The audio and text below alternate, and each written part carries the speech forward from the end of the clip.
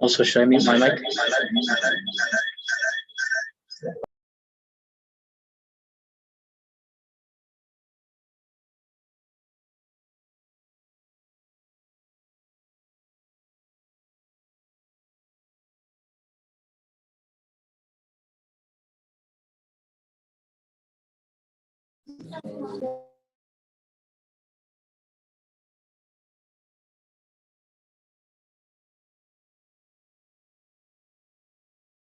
Imam Shakeelur is the Imam of Islamic Center of Burlington, Massachusetts.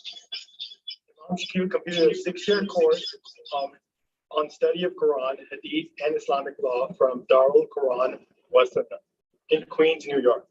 He also obtained a bachelor's degree in psychology and is also a Hafiz of Quran. Imam Shakeelur has given khutbahs for over 9 years, and he gives regular talks to youth about Islam all over New York. Jazakallah khair.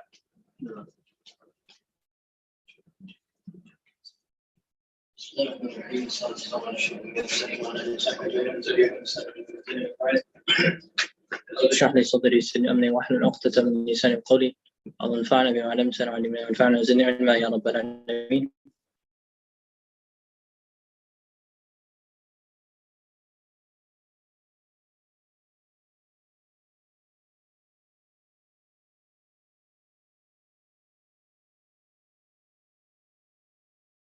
Of this masjid, may Allah accept all the brothers and the ulama who are continuing this effort. May Allah accept everyone here in this community, inshallah ta'ala, and save us from the trials and tribulations of living in this country, and also become people who connect Allah subhanahu wa ta'ala through the sunnah of his messenger Muhammad sallallahu alayhi wa sallam. Okay, sorry. I appreciate it. Jazakallah. So today's hour and a half sessions, one of these topics, it still wouldn't be enough to cover each one, honestly speaking. But there's a huge agenda on the that is here before us, which is to talk about liberalistic ideologies.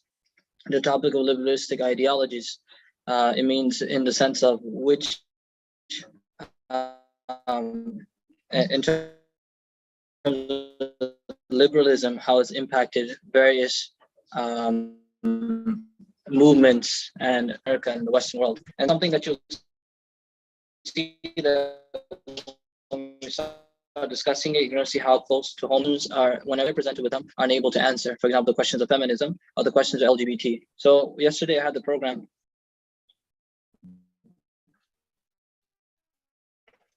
about homosexuality at the Institute of Noble Knowledge. And over there, we spoke about how to engage with the LGBT community, going through the story of Sayyidina Lut alayhi salam, which is a very important discussion, which is more practical. Today, we're going to speak more about theories and more about how do you address certain questions that come up. And that's really what we're going to talk about here. By the end of this program, I hope, inshallah, that you'll have a good answer for questions like why are there different rules for men and women, right? And the questions of why is it the discussion of nature versus nurture doesn't make sense for people to talk about from the LGBT community, etc. And the most important question which we'll be addressing is that is it okay to just say, let me do whatever I want as long as I'm not harming anyone? Right, because that's the big issue that you'll see that's going to be talked about when we talk about liberalism. Liberalism, for you guys who probably studied, if you have studied any, there's a lot to talk about for liberalism. This is what I'm trying to tell you, that if we're talking about, honestly speaking, as a philosophy, as an ethical, moral philosophy, there are many ways we can tackle this issue. There are many perspectives. There are many different types of liberalism. There are different things that liberalism leads to. There's progressivism, libertarian, status, conservative, and there's, people think the opposite of liberalism is conservatism, yet there's something called a liberalistic conservative. Okay, that exists too. So there's a lot of things you can talk about from every philosophical angle, which again, it's something you can get from other scholars and other speakers, mashallah. That's not really what my focus here, okay? My focus is, again, inshallah, to take the main arguments from this and to really break it down to you from these three angles. Number one is feminism, second one is LGBT, the third one, which is liberalism and the harm principle. That's what we're going to focus on. So the main guy, when you talk about liberalism, the top dog is going to be John Stuart Mill. John Stuart Mill, basically, in one of his writings he said, the only freedom which deserves the name is that pursuing our own good in our own way, so long as we do not attempt to deprive others of theirs or impede their efforts to obtain it. He says, as long as we're trying to pursue our own good, as long as we don't harm others, right? This is what you call the harm principle. The individual ought to be free to do as he wishes unless he harms others, right? This is the more philosophical way of saying it. Another place he said, liberty consists in doing what desires. That's what it means to be truly free, when you can do whatever you desire. And in the most common modern way I can tell you, the way that we can understand it is obey your thirst. Okay, this is literally, you're going to find it, you are your own God, YOLO, you only live once, live it up, obey your thirst. This entire society runs on liberalism. The idea that do what you want as long as you don't harm anyone else. Okay, and it's something that's very big to tackle and really big to hit, because you don't know which angle you speak about it on. Okay, so you don't need a God, you don't need a society, you don't even need a spouse, you don't need no man, sister. You know, that's what they tell you. You don't need no husband, nobody. You can be your individual, you can do what you want to make you happy.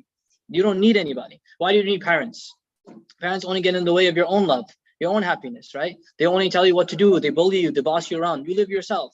So these types of ideas, unfortunately, because of the society that we live in, they're ingrained into kids that grow up here.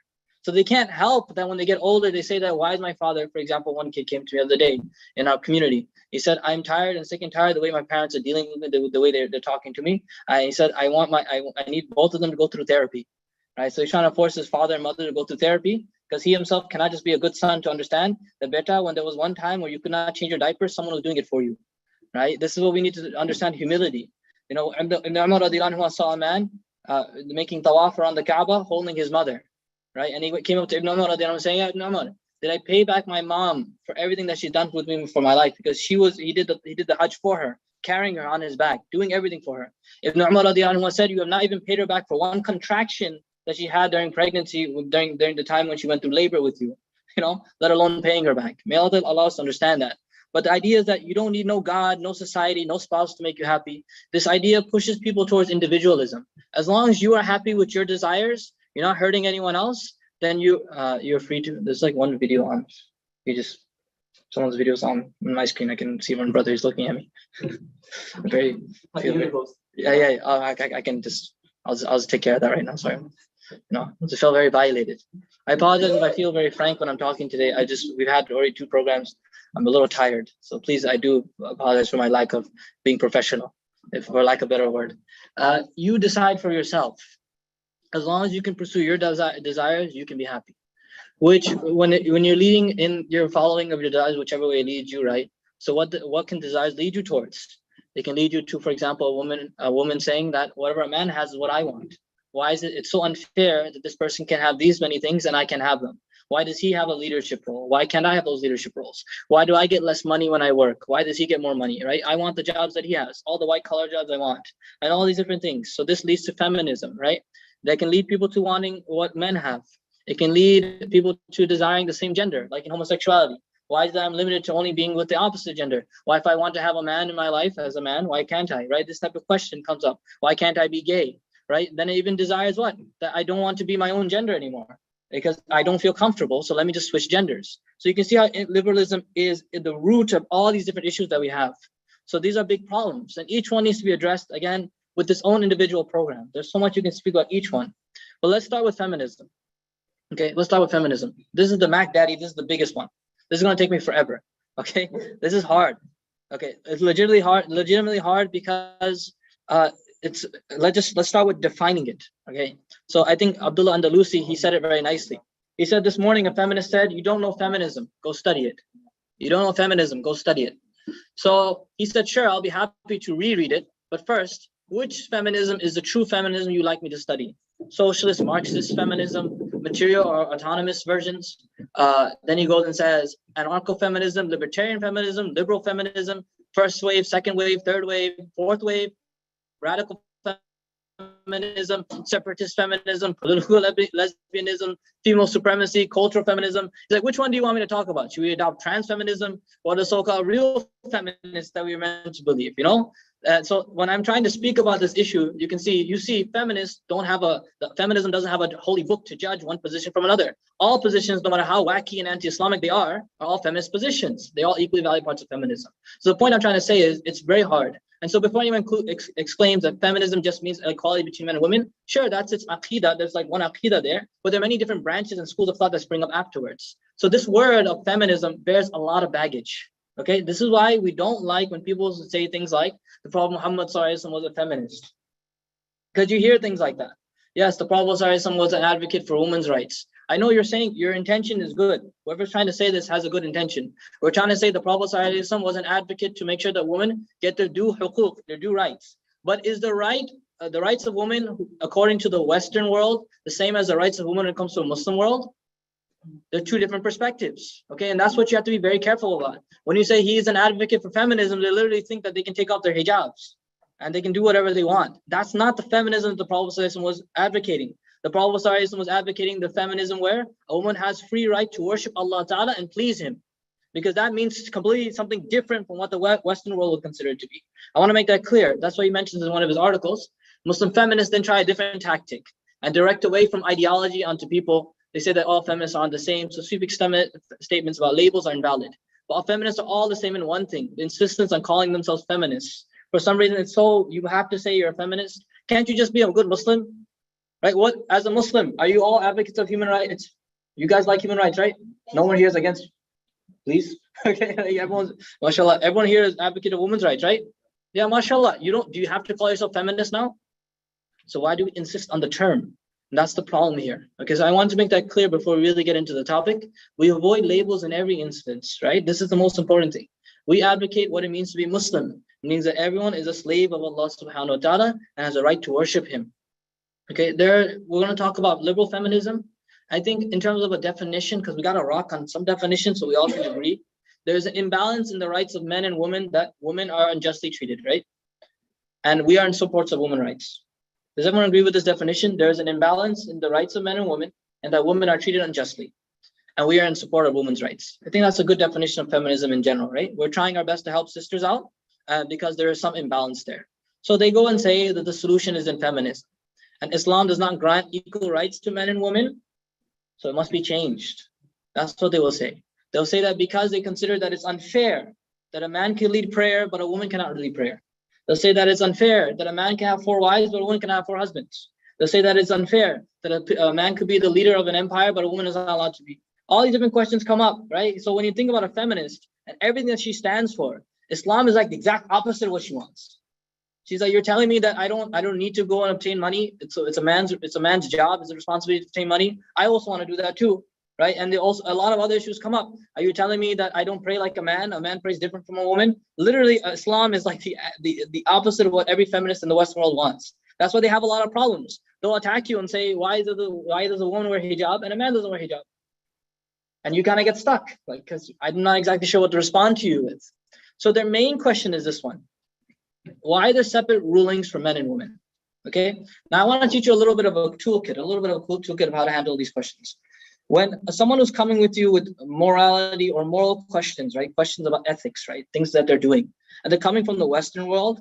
One of the easiest things you can do to help level the playing field to show them that you guys are doing it too. Okay. You guys are doing it too. For example, the question of marriages when it comes to marrying under than 18, right? Like, for example, they ask about the Prophet ﷺ, right? They'll say about why did the Prophet marry such a girl at such age, whatever, right? In any case, so you just said, okay, can we just pull up like a list of the different ages where you're allowed to get married in America? And you'll see even ages that go down to 14, right? You guys seem to not have an agreement about this, you know? And so then you can start have a discussion there. Let's say pre-modern world, what age were the people getting married of, generally speaking? They weren't getting married at the ages of 18 like you were thinking about. They're getting married much earlier. I can ask anyone here, when were your grandparents married? You know, my nanu was married at 12, right? This is very what? This is common, right? If you're accusing the Prophet of doing something wrong, you should accuse the entire pre-modern world of doing something wrong. It's not just us, it's literally the entire world. Okay, Islam actually revolutionized it when it said that you're not allowed to consummate a marriage until the age when a woman is actually considered adult, meaning she hit the age of puberty. This is something Islam did as a revolutionary thing. Before that, you find kings and getting married to girls who are literally 2 years old and 3 years old and 4 years old. We have record about these things. So I'm just mentioning this as a point to stress that if you want to level the playing field, you just show them, hey guys, there's a problem you guys have too. Okay. So why are there separate rules for men and women? They're upset They're very upset because they say that both genders should be equal in all physical observances of the law. A man and a woman should look the same externally. Okay, marriage, religious responsibilities, outward observance, etc. So now the question that we need to ask, again, using our toolkit. So you're saying that Islam says that men and women are not equal in their physical observance. They pray different. Men don't wear hijab, etc., right? So does Western society agree that men and women are all equal? Can you think of any area in the Western, what we're living in our countries, that men and women don't have the same areas? Like they have to be playing in two different places?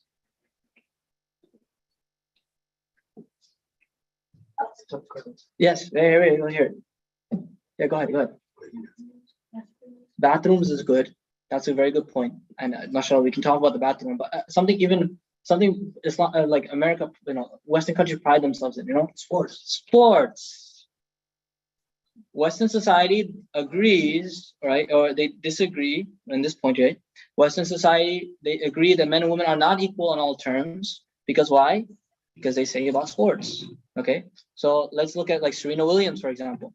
In 2013, right, Williams had a discussion during the David Letterman show, and she relates in the second part. I think people will be interested to see men play against a woman to see how styles match up. Murray was asking her. So when she was asked about on television, Williams had to admit she didn't think she'd have a chance.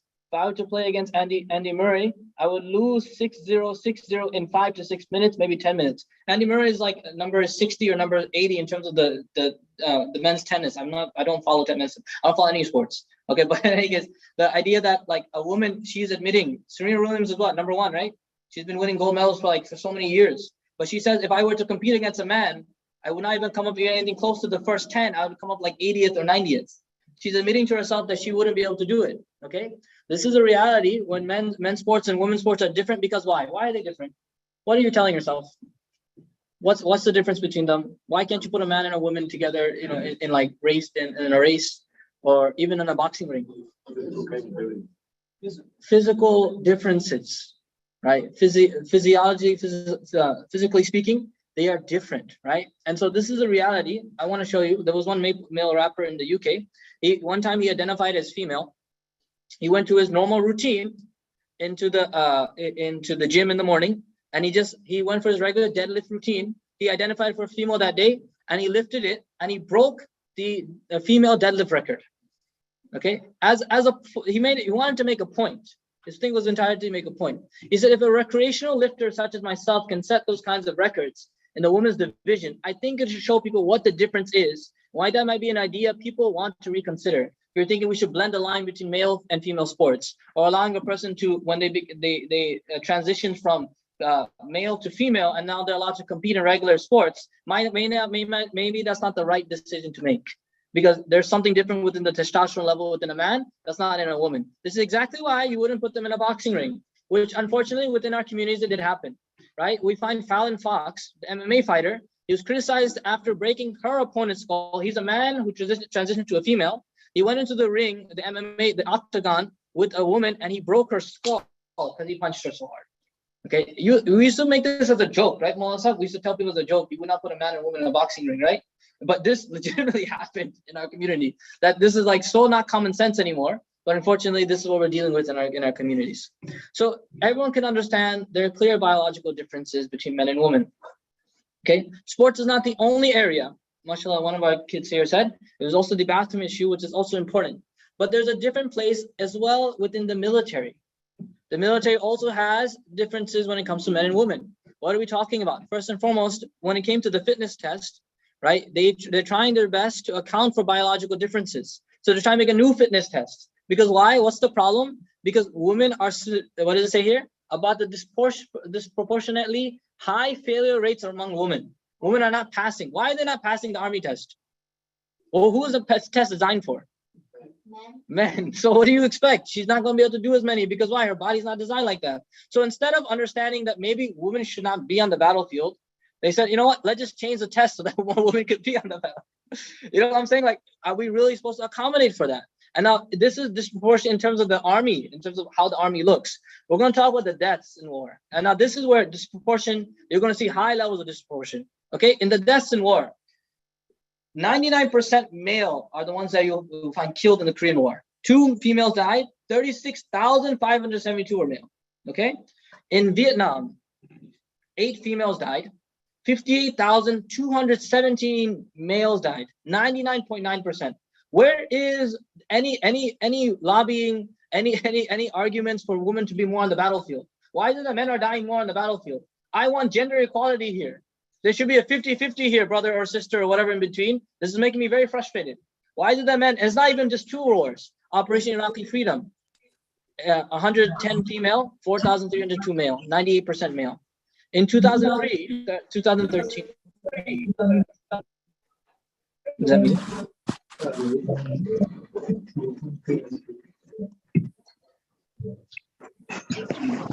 Does this help? Did it work now? Okay, I just muted it on my screen. Okay. In 2013, 4,854 people were killed on the job, and 93% were male. Why is that the case? Is because women don't work the jobs that men work. Okay, a feminist will argue for the white-collar jobs. They want the business positions, the CEO positions. Will they want to be the person who goes and fixes up the telephone wire when it breaks? Will they want to be in the mines, coal miners, right? These are predominantly male fields, right? The people who dig graves are men. Have you ever gone to a graveyard? There's only men working there. But where are the lobbies for these places? Obviously, sisters don't want, these women don't want to lobby for these things because they're not in the benefit of women. But if you really want a gender equality, what would you want? That every single job we will have fairness in. But they don't work these jobs. That's why 93% were male who died these difficult jobs. Okay? And so I'm just mentioning these points because there are disparities within Western culture. We're not even talking about Islam yet. We're not even there yet. We're going to get there. For sake of argument, let's just say the wage gap is a reality. Okay? 30% of women make 30% less than men. For sake of argument, there's a lot of discussion we can have about that number. For sake of argument, accept it. Okay, we will say that we value a man works, they give him 30% more, and we get 30% less because we don't value how women work. If that's the case, for sake of argument, we definitely value female life more than male life. From what we just spoke about, if there's definitely a disparity here, that we definitely value female life more than male life. To the point that you'll find that when an airplane was landed in the Hudson River, I don't know if you guys remember this, but it was safely landed. That pilot was a hero, right? And it was like in the middle of the river, right? It's a very big river. So then they said, the announcement was made on the airplane, right? What did the guy say? He said, women and children first. Women and children first. They're in the middle of a freaking river. You're not, you think a man could swim that far? Why is it that women and children first? It's because of the fact that we value female life more than male life. This is why you're going to find on average, men live 6 years less than women. Okay, and I mention these things because I want you all to think about these questions, about really what are men's rights, because it's a big question, unfortunately, that America has no intention to solve this problem. And because we're only focusing on one gender, we're obviously going to cause a disproportion eventually, and there's going to be issues with every single marriage, hence why you see so many divorce rates, because of the fact that we're not talking about the other side. Okay, so that's physically speaking. Everyone's clear on the physical part? We're good? They don't even think the same. Psychologically speaking, when we're looking at this one article, converging lines of empirical evidence from developmental neuroscience, medical genetics, evolutionary biology, cross-cultural psychology, new studies of transsexuality, along with our evolutionary heritage, all point to the same conclusion. There are psychological differences between men and women. And they affect marriage as trivial as sensitivity to smelly socks and significant as susceptibility to disorders such as depression and autism. Literally, it's as simple as smelly socks issues and as big as autism or depression issues. This is a wonderful book written by Dr. Ann Moore in Brain Sex. She said, when a Canadian psychologist entitled an academic paper, "Are men's and women's brains really different?" she acknowledged that the answer to the question was self-evident. Yes, of course. It would be amazing if men's and women's brains were not different, given the gross morphological structure and often striking behavioral difference between men and women. She said that everything is located within the brain, that the brains of men and women operate differently, okay? And I can give you the things that you think about and the things that women think about are two different things, okay? This is definitely, mashallah, sisters, there are so many things I can mention about how well they listen. So let's just go through this for now. In the case of boys, she goes and writes, the hormone principally evolved as testosterone. It's the same substance which was responsible for organizing the developing brains into a male pattern in the womb. Testosterone, an anabolic steroid, helps build up the body, beefing up the capacity to store calcium, phosphorus, and other elements, right? It helps give the male teenager a body ratio of 40% protein to 15% fat, right? In puberty, when boys, puberty comes with a rush. Oh, for you guys, Allah help you with your puberty, man. Allah make it easy, man. The testosterone level soared to 20 times the level in girls, 20 times. As you would expect of a bodybuilding steroid, the sudden spurt in height. Men also develop many more blood cells than is the case with girls. Because why? Because you need more blood cells to do more of the external work that you need to do. The principal female hormone is estrogen and progesterone. They break down the proteins and dietary fats and distribute the fat around the body. That's why the fat distribution on the body is different for a man and a woman, right? So like, subhanAllah, as a man gets older, like he just gets the beer belly, even if he never drank, mashallah. You Muslims, mashallah, will never even have a single sip. But subhanAllah, for some reason, it's like, why is everyone becomes Maulana Sahib when they get older? Like, subhanAllah, mashallah, Allah reward our ulama, accept our ulama, mashallah. But the point is, like, then your sisters, right, they have fat growing in different areas, right? It's just the natural way that their bodies were designed, okay? The idea that I can give you a simple example is, if you were to take your car to get gas, okay? Like you can, when I was younger, I used to tell myself, why is it always we get regular gas, right?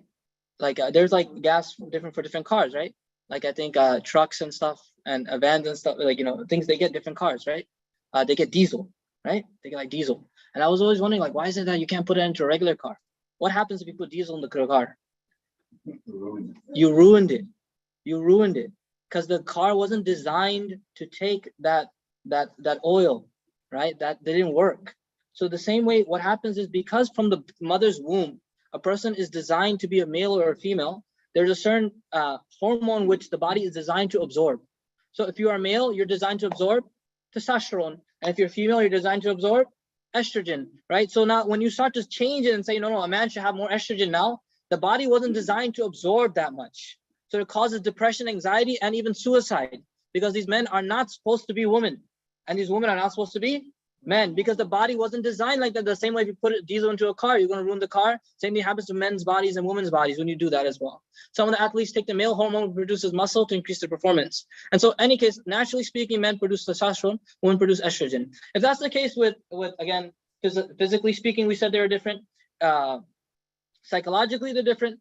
Even marital relationships are different, right? At the End of Gender, which is written by Dr. Deborah Sow, she writes, marital relationships come at a greater cost to women, right? When you think about a marriage, who has a greater investment in the marriage? Is it the man or the woman? The woman. Why?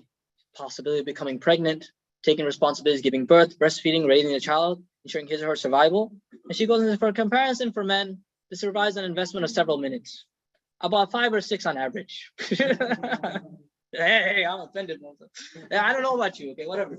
Okay, I'm not here to argue this point. My point is that a marriage is even considered differently. So a woman has to consider different things when she gets married, and a man considers different things when he's married. You and I, mashallah, a marriage, forget about culturally, like any culture. The man is excited. He's like, yo, I'm happy, man. I'm getting married. Mashallah, super excited, mashallah.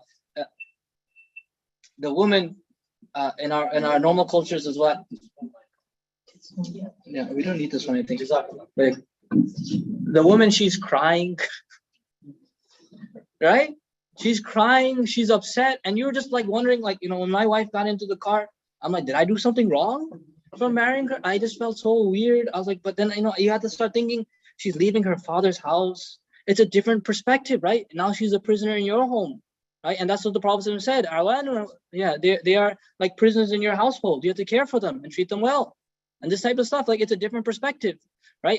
And these are all, again, I haven't said anything about Islam. This is all facts, right? I haven't quoted anything about any alim, Maulana, whatever. I'm telling you facts that physiologically, physically, psychologically, maritally, right? Any way you're looking at it, men and women are not the same. The advertising industry knows it, okay? They have not forgotten this. No matter what people say, there are certain things, when they advertise to women, they'll put like a woman with a bag on. They'll show her amongst many other women. Because why? Because a woman would generally, naturally speaking, she'd like to show off. And so they'll show her how she's showing off for another woman. She's walking outside with her bag. You think they're doing it on purpose? By mistake? They're clearly doing it on purpose because they know how the female brain works. Similarly, for a man, like Ahmad Didat, rahmatullahi alayhi, he said that, you know, he was reading an advertisement in a magazine, and it had a car. And what do you think they put on the car? What would they put on a car to make sure to sell a car? A woman. They put a woman on top of the car and said, what did the ad say? Test drive her now. What did they put behind it next to a Coke bottle? What did they put next to a burger, a Whopper, Burger King?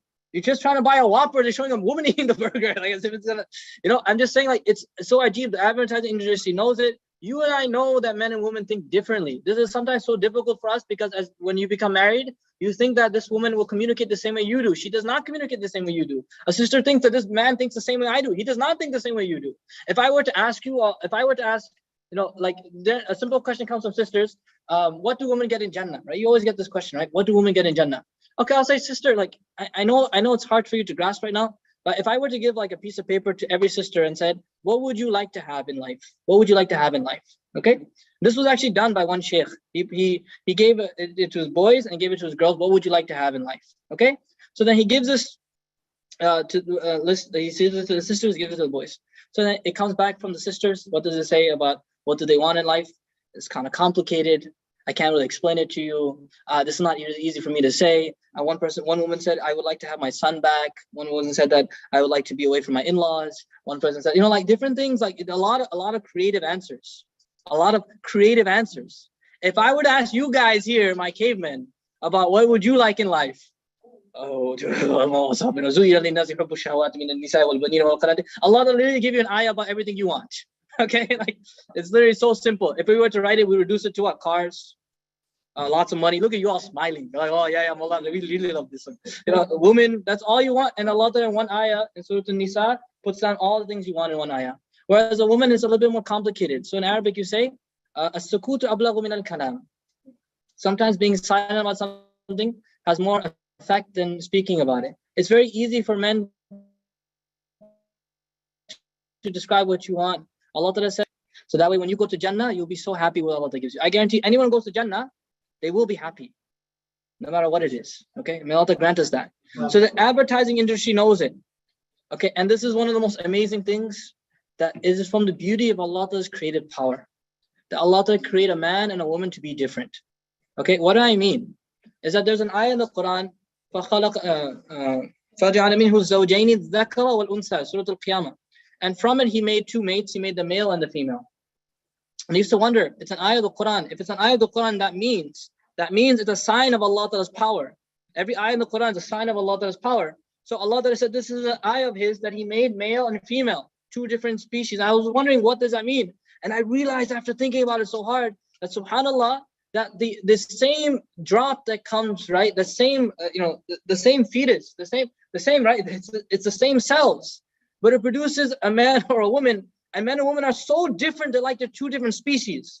It's so amazing, Allah's power, that from the same substance as if he created two different species. What did they say? Men are from Mars and women are from Venus. And that's the thing, like you see it, that Allah is so powerful as Allah, he can create two species from one single species, subhanAllah. And somehow, subhanAllah, these two, they cooperate, they're compatible with one another, they relate with one another. And Allah made that somehow. That's the power of Allah Ta'ala. So now let's get back to the big question. What do women's rights look like? Okay, and when we talk about this question, we need to see what are the limits. Can someone deprive someone else of their rights in favor of their own? Just because a woman gave birth to a child, does she have now the right to deprive a father from seeing his children? You know what I'm saying? Does he now become uncle daddy? Unfortunately, which happens in many communities, where now a father cannot see his children anymore because of the fact that a woman has taken complete custody of the child. Right? Is she allowed, complete alimony, depriving this man for years and years? As long as he lives, he has to continue to give a check to her. Is that fair? Is that responsible? Is that right? There are big questions here. On the flip side, what are men's rights? No one even asked this question. What do men deserve? What is their rights? They go through all these difficult jobs again. SubhanAllah, one of the most amazing pictures I saw. And again, it's just because I'm not saying this, like sisters think that whenever we talk about men, we're trying to oppress women. That's not what I'm trying to do. We just have to value both. Right? One person, they put a picture of a family of a mother and two children enjoying inside a house. And what they showed outside the picture was that a man is, the father is holding up the entire house. Like a father can't even enjoy sometimes. He comes home, he's so tired, he wants to play with his kids, but he has no energy left. And he really wants to spend time with his children, but he can't because he has no energy. And then what happens as soon as he comes home, sometimes a laundry list of things, a lot of complaints come in about what's needed. And he's like, can I just sit down for a moment? My boss was yelling at me all day. I don't need another boss right now. You know, like, you just literally, sisters, if you just give your man just 10, 15 minutes just to relax at home, you'll find your entire house become Jannah. I'm telling you, just let him, just let him put up his feet, let him watch whatever Fox News, whatever he wants to watch, whatever, and just let him relax. Okay, just let him relax, and you'll see a lot of happiness come, because he needs time to de-stress from the things that happen in his day. There are a lot of books I can recommend for sisters if they really want to know how to become good wives. And the same thing for brothers. We have good books about how to become good husbands, because no one teaches us these things. Who taught you how to be anyone? You know, no one taught us how to be a father, right? I saw my dad hit my kids, so this is probably a good way to teach my kids too. You know, it makes sense, right? You know, it worked for him. I came out pretty good, right? You know, that's what. Unfortunately, no one teaches us. So we need education. The Prophet taught everyone this. Sallallahu Alaihi Wasallam. What are their rights? Bigger question, what are their responsibilities? No one ever talks about responsibilities. What are the limits of human rights? Okay, what does human rights look like? You know, is it allowed that we can talk freedom of speech completely? Even if we were to offend someone, can I start calling people offensive names like racist things? Is that okay? Is that under freedom of speech? If I offend someone, if I make fun of their country, if they love a person so much, you know, if I make fun of their mother, for example, if a person punches them in my face after I make fun of their mother, don't you think he deserved that? Yeah, right? That's not freedom of speech. You deserve, that's freedom to get decked in the face, right? Like, if you made fun of my prophet, I love him more than my mother. So you don't think that something's going to happen because you did something like that? Is that freedom of speech? Are you allowed to denigrate and disgrace people under freedom of speech? These are human rights, right? There are limits to everything, you know? Can human beings, now the big question, can human beings define their own rights and responsibilities, right? Can it be that a man decides what a woman should have? Or can it be that a woman should decide what a man should have? Do you think that's fair? No. A man and woman seems like they can't seem to decide for one another. So therefore, would you agree? The only being capable of assigning laws to both genders is not one of either gender, but the one who created both genders. Yes. That the only being that could possibly decide what a gender should use, what a gender should have, what are the rights and responsibilities, is only the one that created both of them, i.e. Allah subhanahu wa ta'ala. Okay? This is something that human beings cannot do. And this is something I wrote, one of the papers I wrote on the topic. If they differ in their anatomy, the physiology, and even their psychology, then having the same laws for both genders without exception may prove harmful. Therefore, the divine lawmaker would allocate different laws which is suited for their differences. The gender laws then are byproducts of dealing with how humans were made and how they function in accordance to the reality on the ground. There's something that no one can do. No human being can decide what a human should have, a man or woman should have. Only Allah subhanahu wa ta'ala can do it, because He's the one who created the product and He created the manual. That's who Allah ta'ala is. And that's why Islam deals with this through justice, okay? They're not the same because their physiques are different, okay? There are different things that you look at for a woman, the different things that you look at in a man, okay? When a woman looks at a man, okay, and a man looks at a woman, the different body parts you look at, right? There are certain parts of the body of a man that don't seem as attractive as they are if they were on a woman. You know what I'm saying? People are like, I don't understand you, Mullah, but could you please elaborate? I don't want to elaborate. There's children here. God damn it. SubhanAllah. Like, you know, understand what I'm trying to say here is that obviously you look at certain parts and you're like, okay, that's what I want, right? And a woman be like, yeah, if he doesn't have that, it's fine, as long as he has a good personality. You know, like, it's a different thing. It's completely different. They've been a lot of different responsibilities according to strike and the framework, okay?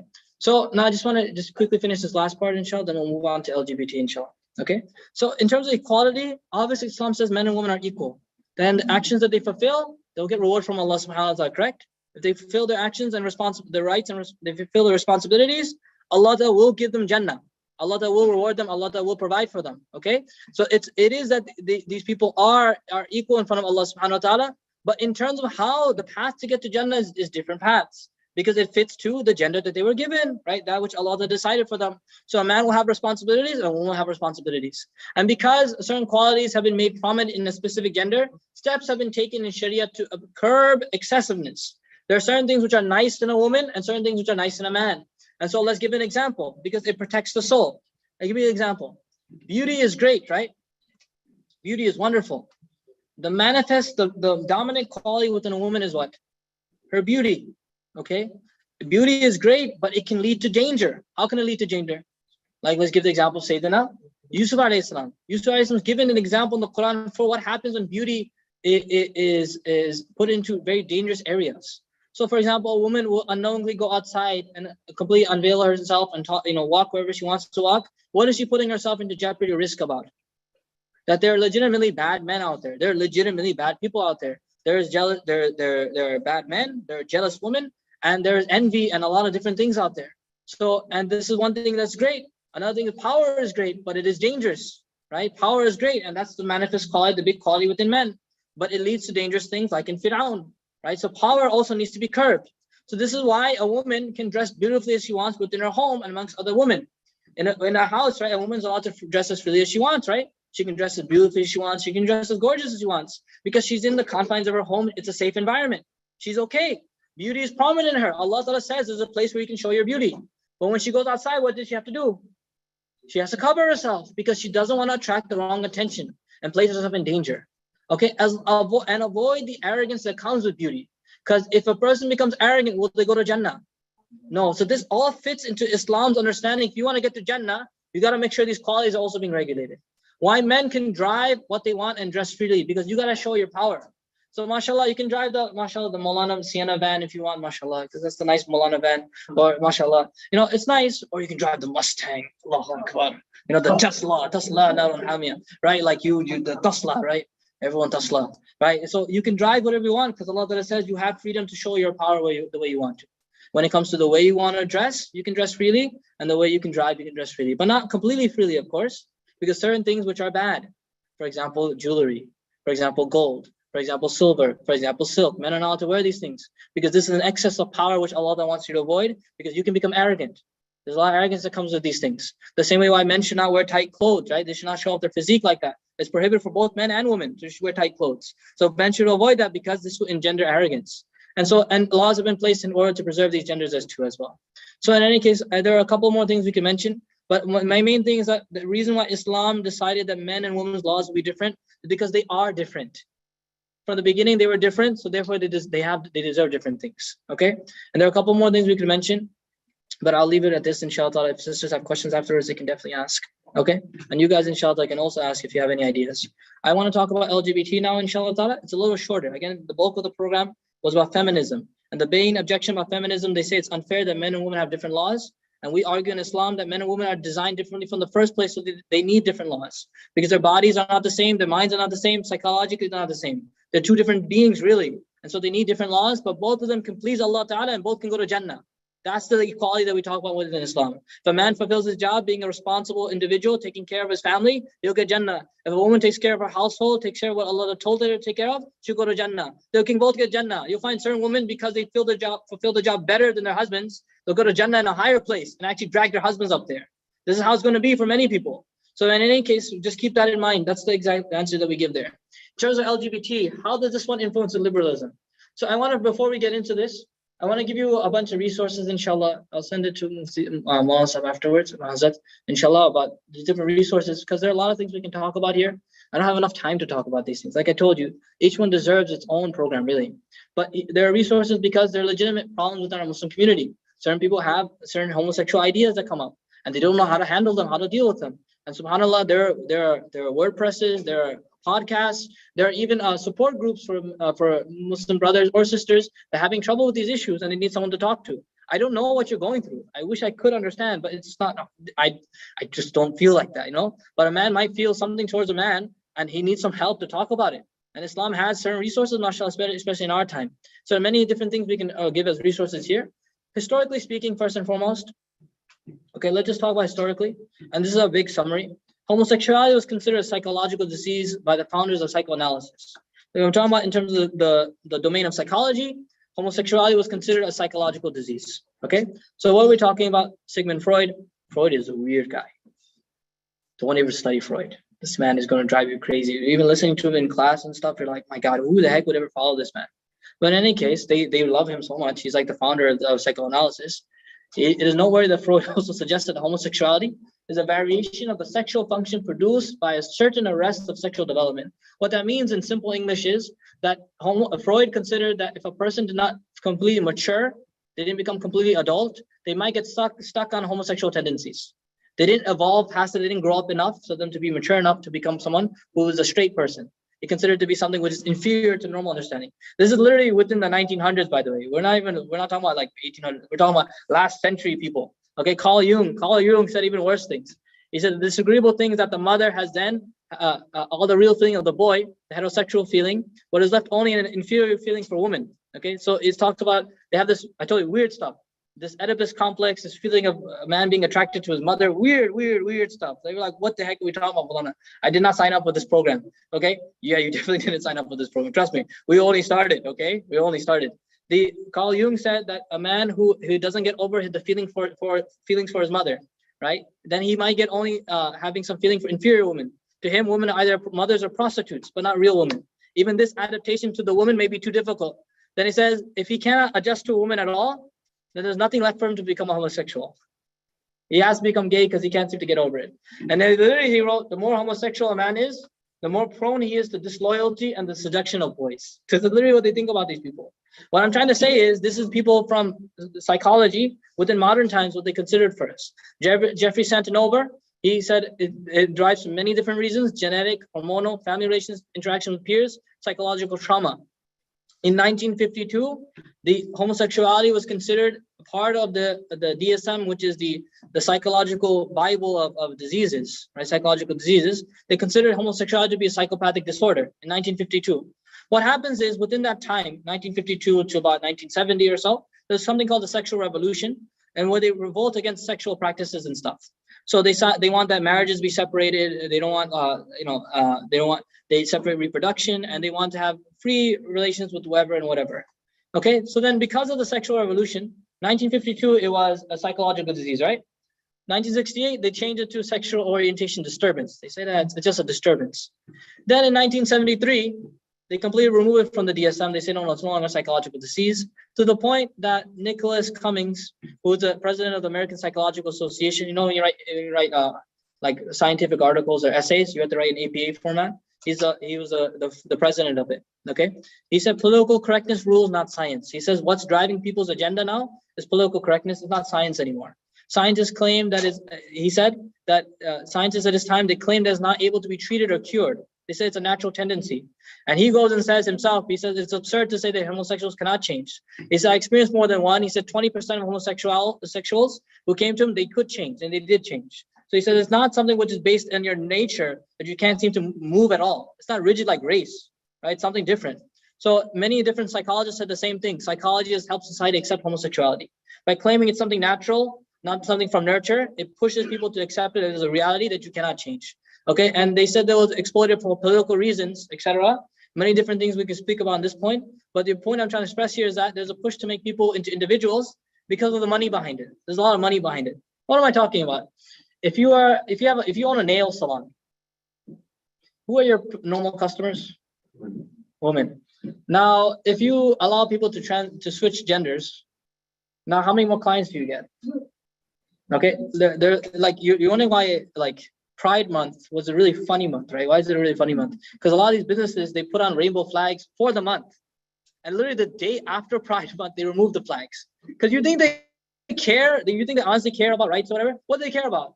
Just making money. It's a lot cheaper to produce unisex clothes than it is to, you know, like if you can sell your clothes to everyone. Is the charger in? Yeah, I don't know. Maybe it's just a battery don't blow.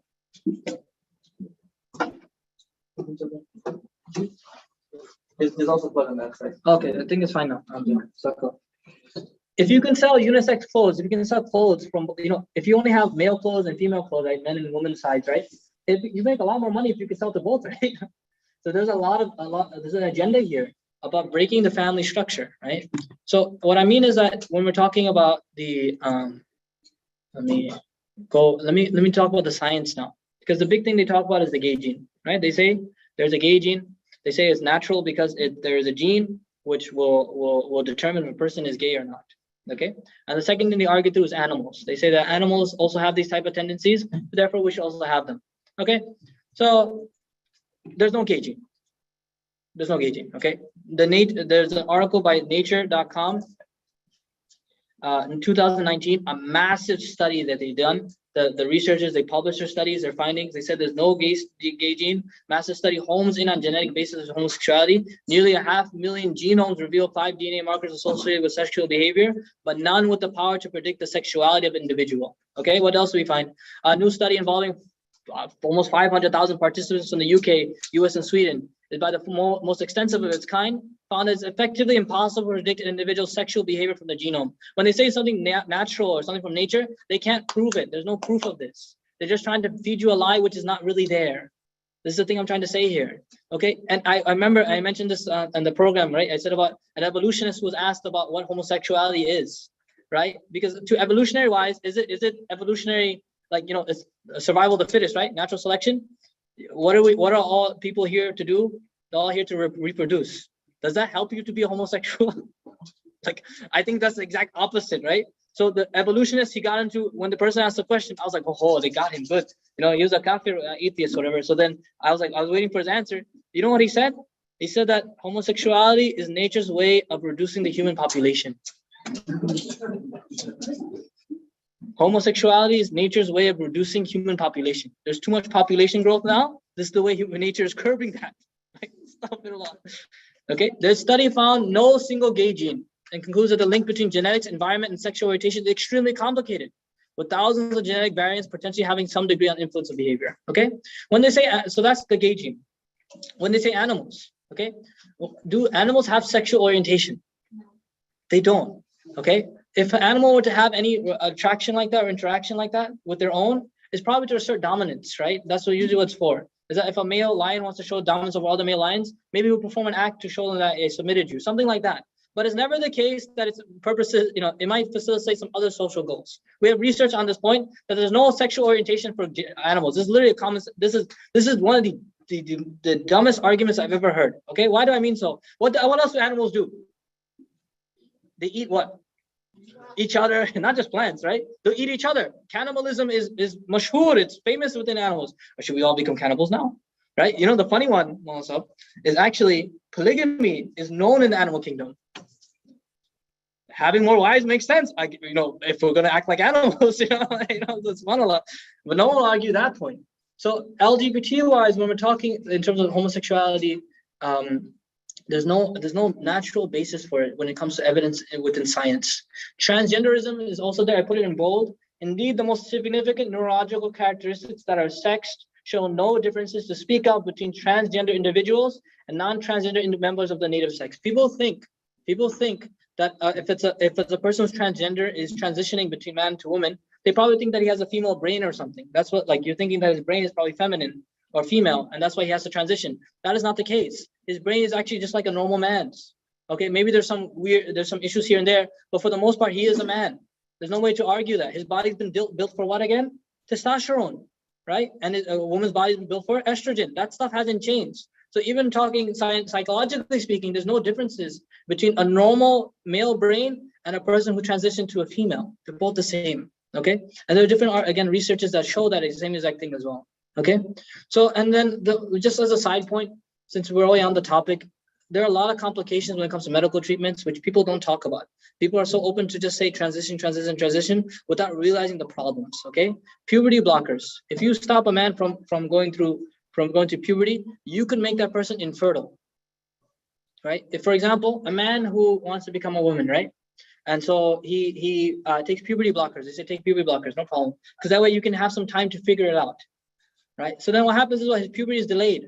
So sometimes because of that, he can't I'm trying to use like a nice word, the inzal, the stuff that he produces are not as strong as they should be because he hasn't gone through proper puberty. And so the testosterone in his body is weak, number one, and the stuff that he has within his area is weaker. So he can't really do that stuff like he wants to. A woman is even worse because why? Because if she misses puberty, she might become someone who can never have a baby anymore. Let's say she realizes that I'm not actually a man, I'm a woman. Now you made this woman infertile. She can't have kids anymore. That's what happens to puberty blockers. Cross-sex hormones, again, the body was not designed to take testosterone if it's a girl, and it's not designed to take estrogen if it's a boy. Because of taking estrogen for a man, it actually reduces the strength of his bones. There's a lot of brittleness that happens in the bones, osteoporosis, a lot of different issues happen within the bones of a man because he's trying to transition to a female. A lot of harm happens, and because they're again, testosterone is not just with the physical stuff, it's with the psychological stuff too. He becomes depressed. Suicide rates actually increase after transitioning. People never talk about that. It doesn't solve the problem. They said, if I don't transition, I'll commit suicide. I'll kill myself. Though what's happening after they transition, still they go through these issues of depression, etc. Sex reassignment. Oh, I can't go through this one. This one, like sex reassignment. You think that they can actually like medically turn a man into a woman? Do you think they really can do that? No. Do you think they can actually produce the parts? How about a woman going to a man? Do you know how much you have to do to produce a part? You know what I'm saying? Like it's a lot does build this body. It's a miracle this body works the way it does. You can't produce that in a medical lab or a medical into an operation room. And trans regret after transitioning how they want to shift back, but can no longer do so. There are a lot of complications with these medical treatments. Okay, that's the nature part. Philosophically speaking, the philosophical parts here, the class of nature versus nurture. Okay, so if they said to you that it's something I'm born with, something I can't control. Okay, if it's nature, I just ask this question objectively. Are you required to follow your biology? Are you forced to follow your biology? Is it something that's imperative that my mind is telling me to do something, I should do it? Like, for example, for a man, I'm going to get to examples anyways, right? So, any case, many people believe that genes cause complex psychological behavior, psychosocial behavior. Yet this is not the case, right? Genes, there's a lot of things. For example, gambling. Gambling is linked to a gene that's passed through generations. And so there's a genetic factor when it comes to gambling. This is much more affirmed than homosexuality definitely is. That there are some genetic markers will show you that you have more likelihood to go to gamble. There are genetic markers that show you that you're more likely to drink alcohol. There are genetic markers that show you you're more likely to commit certain sins that we have in Islam, right? And certain things like that. There are markers like that. Should you go gamble then? Should you go smoke then? Should you go drink then? Right? Is it okay that if a man goes to his wife and says, oh, honey, I'm sorry I cheated on you, but I have a lot of testosterone. It's just genetically speaking, biologically speaking, I can't seem to control myself. I'm sorry. You know, the animals all have polygamy. I'm sorry, I did it too. You know, like this type of argument. Is it really what we're going to go towards? Nature, you're really going to say nature here? Really try to dodge this one. Don't say nature, right? And if by finding a gene, you not just become not responsible for your actions at all. If I did find a gay gene, oh, what? Congratulations. Now whatever you do is completely fine. Let's say if they found like an incest gene. Now there's a person who commits incest completely. Let's say they find a rape gene. You know, like certain tendencies, if you find them within genetics, does that mean that you have no more responsibility? Like, you know, this is... Can morality be determined by biology? Can your moral code, your ethic be determined by biology, right? So the LG, the lesbian gay will tell you that is nature. The transgender, the T, will tell you that is nurture. They say that, you know, gender is a social construct. You hear this, right? Gender is a social construct.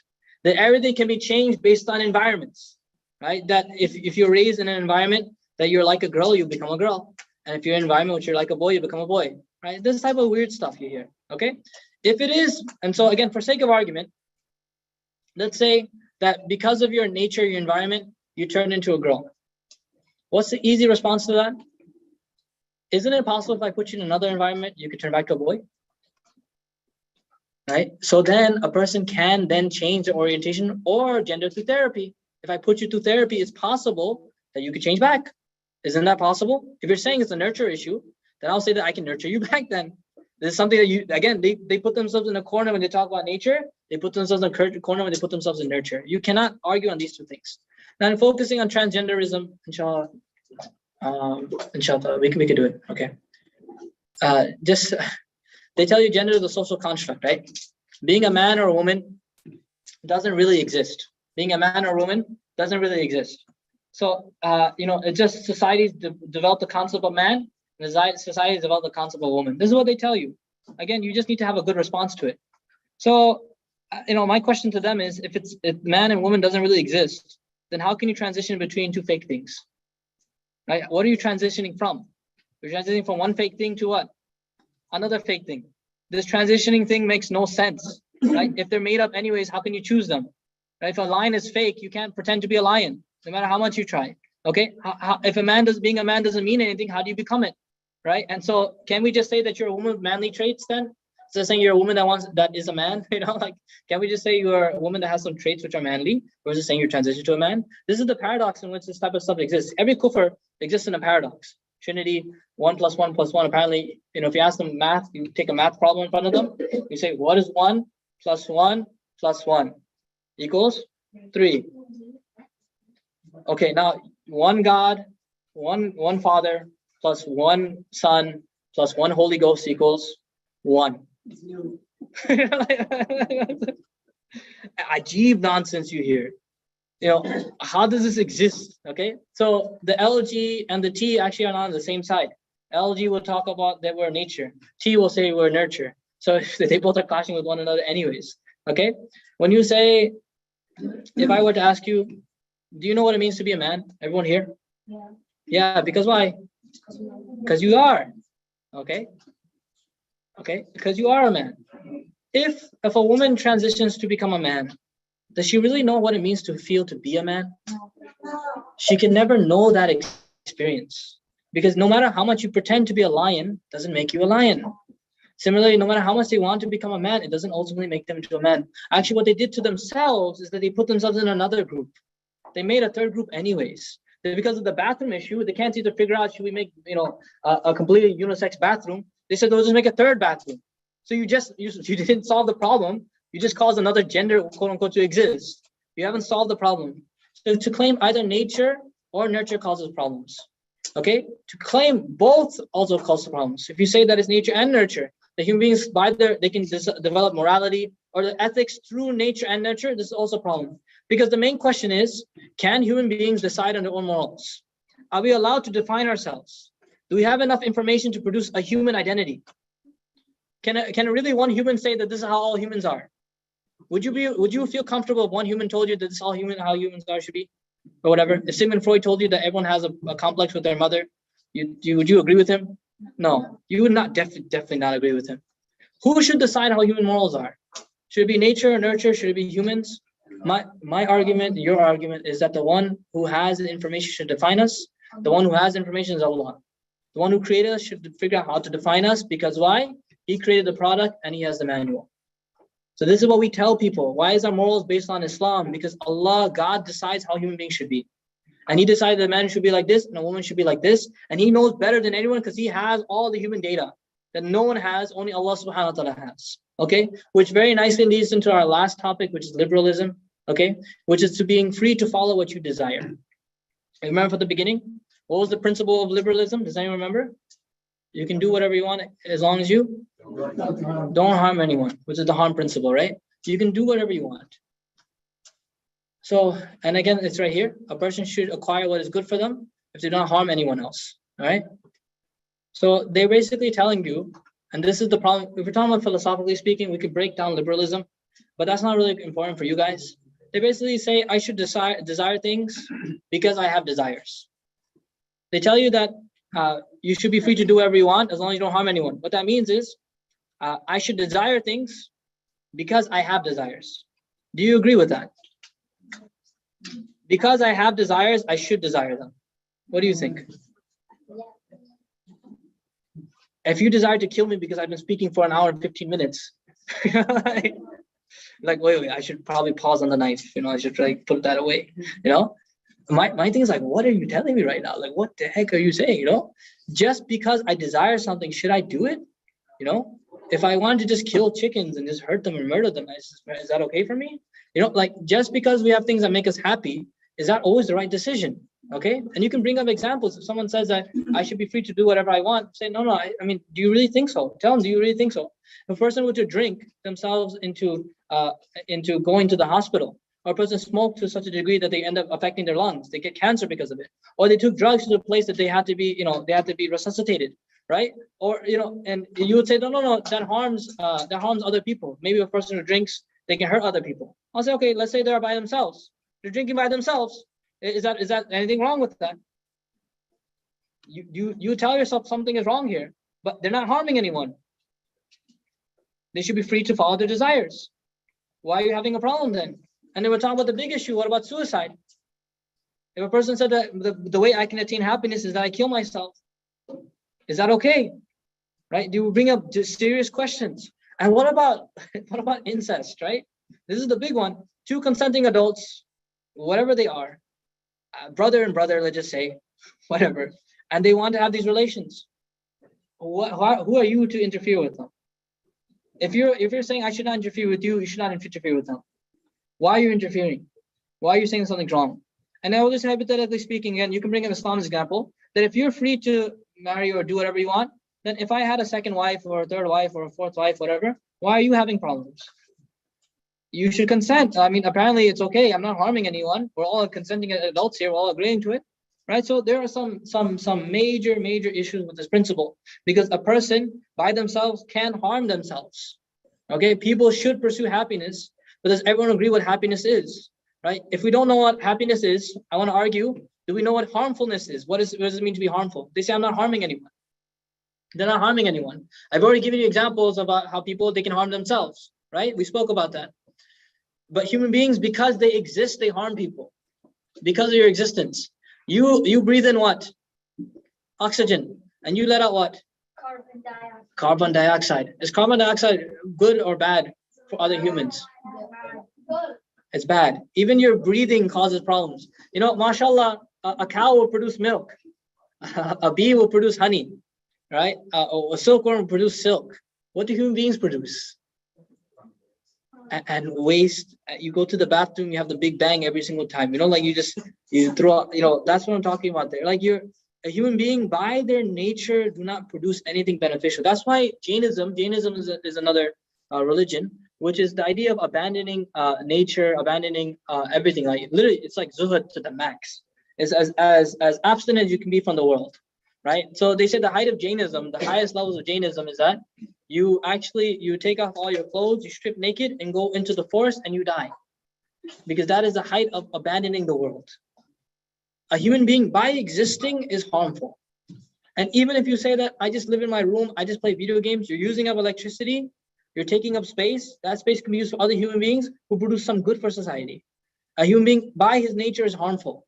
And this is things that you can see. What about those things that you cannot see? People think that this is the only things that happen in the world by fasad, is by physical things. In Islam, we know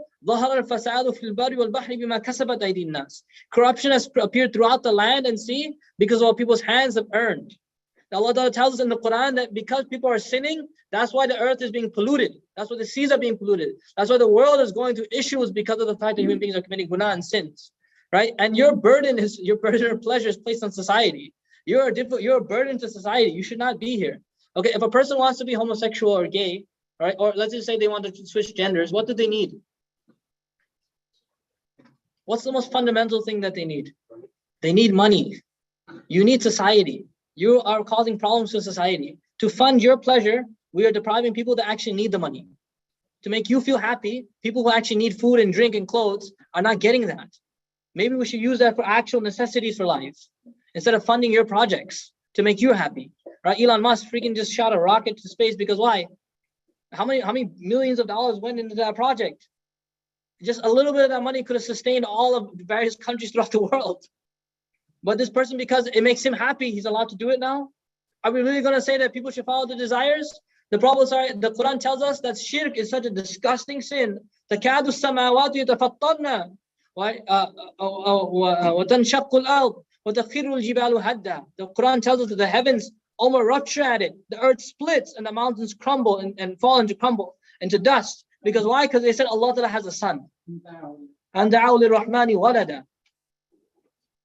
The earth loses its blessings. The Prophet ﷺ told us, Hadith of Ibn Majah, that if ever zina spreads in a community to such an extent that it's committed openly, when people have so much immorality, fahisha, that they do so openly, the Prophet ﷺ said plagues and diseases which were not present in the previous generations will spread amongst them. Literally, these ulama have discussed this ayah and they said that this hadith, and said that the ta'un, the pandemic that we just went through, because of the fact that people are committing so much zina, so this is a punishment Allah sent down on the world because of it. You know, people think their sins are not, they think their sins have no impact on people. Whereas we Muslims know that whatever they're doing has an impact on the world. And this is the idea when you say that we're not harming anyone. When you see that rain has stopped, they know the zakat has been withheld. When you see swords are drawn, people are killing each other, they know that the law of Allah subhanahu wa ta'ala has been destroyed.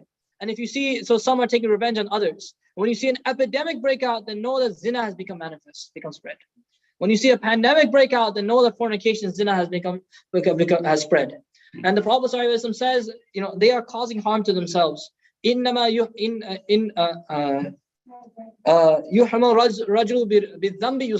Prophet ﷺ said, a person is deprived of risk of sustenance because of sins they commit. So if you're telling me this person is having a bad time financially, it's probably because of certain sins you're committing. You have to stop the sins. Therefore, life will become regular. How are you going to live on Allah's land? You're going to sin against Him. Right? We should feel bad, legitimately bad about our sins, because we cause our own problems then. Okay, so now we'll come back to the main point. A person should follow good and bad and avoid bad. But can every person make that judgment? You said that everyone should be free to decide what is good for themselves as long as they're not harming anyone. But do you confidently feel that every human being in the world can make that judgment for themselves? Does every human know what's best for themselves?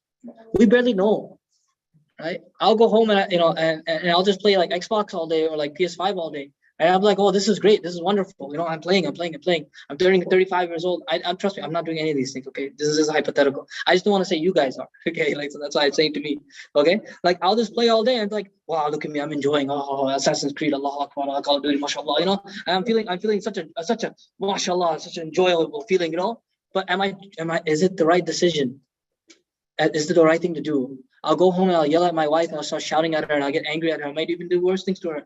Is that the right thing to do? Although it caused me pleasure, is that the right thing to do? Right? If I disobey, if I go against my husband and I start to say, you know what, I need my, I'm not going to do anything for you until you do this and this. Is this the right thing to do? What will Allah say? These questions we need to ask. Can anyone make that judgment for themselves? Can they know what is best for themselves? The Quran says, have you ever seen the one who makes his desires his God? Who made his Lord his God? This is in the Quran. Allah says, have you seen what a terrible life a person will live? That they have billions of dollars but not spend a single penny on anyone. This is what it means when you follow your desires. Allah says He makes his desires his God. Is this what we are here for? Is this what we're here for? That we're just supposed to what? We're supposed to live in pleasure and avoid pain and then we die? Is that what life is about? Is that what life is all about? That we're just making sure that we can enjoy and enjoy and enjoy until we die? وَقَالُوا إِنْ هِيَ إِلَّا حَيَاتُنَا الدُّنْيَا نَمُوتُ وَنَحْيَا. They say that this is only the worldly life. This is in the Quran. I'm not quoting anything beyond Quran. They say this is only the worldly life where we die and we live. Right? This is what they say in the Quran. Allah says this is what the life of a kafir is. وَمَا لَهُمْ بِهِ مِنْ عِلْمٍ. They have no knowledge of this. إِنْهُمْ إِلَّا يَظُنُّونَ. They're only guessing. They're only making it up as they go. They don't really know. Because why? Because as a kafir, does he really know there's no hereafter? He doesn't know. He's guessing that there is no life afterwards, and he thinks there's no responsibilities, nothing, no judgment, nothing and everything like that. So the big question is, my brothers and elders and sisters in Islam, is there something greater in life that we're here for?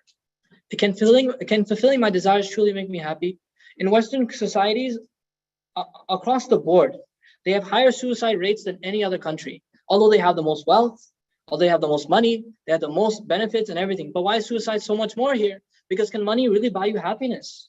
Right? No matter how much money you have, if I can't get my kid back in my house, I got divorced and she took him away. No money in the world will replace that feeling that I have. Celebrities, they are people that have the dunya. They have dunya. But yet, why are they the ones being caught with the drugs, being put in the hospitals, and even committing suicide? Why is that there? Because money and desire, just like these things cannot make you happy. What does the Quran tell us? Ala bi dhikrillahi tatma'innul qulub. Hear this. Allah says Allah. When you hear Allah, this is like someone saying, pay attention.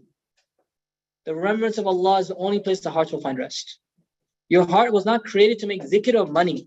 Your heart was not created to make zikr of women. Your heart was not making zikr of any desire that you have. The only way your heart will find any happiness in life that you say Allah, Allah, Allah. You need to make zikr of Allah. The Prophet ﷺ said, Man lazim al-istighfar. Whoever constantly seeks forgiveness. جَعَلَ اللَّهُ لِكُلِّ ضِيقٍ مَخْرَجًا. وَكُلِّ هَمٍّ فَرَجًا وَرَزَقَهُ اللَّهُ مِنْ حَيْثُ لَا يَحْتَسِبُ. The Prophet ﷺ says, whoever makes istighfar regular for him, every day, 100 times you say, Astaghfirullah Rabbi min kulli dhanbin. Astaghfirullah Rabbi min kulli dhanbin. You think about the sins you committed and cry a tear in front of Allah. Allah says He will make sure for you that if you have any difficulty in your life, any distress, Allah will make a way out for you. Every anxiety you have, He will provide relief for you. And any place you find there's no money coming in, Allah will give you risk from places you could never even imagine. What did the Prophet ﷺ tell us? إِنَّهُ لَيُغَانُ عَلَىٰ قَلْبِي. فأستغفر الله تعالى 100 مرة في اليوم أو كما قال عليه الصلاة والسلام. The Prophet says sometimes there's a cloud over my heart. If this happens to the Nabi of Allah, definitely you and I go through even worse things. The Prophet said that sometimes my heart goes through these things. So I seek forgiveness of Allah 100 times in a day. And mashallah, the darkness clears up. Everyone here, you might have some depression, anxiety. The only way you can feel better is just say istighfar, cry in front of Allah. That tear will come out, your heart will feel so replenished. Wallahi, you'll feel so better.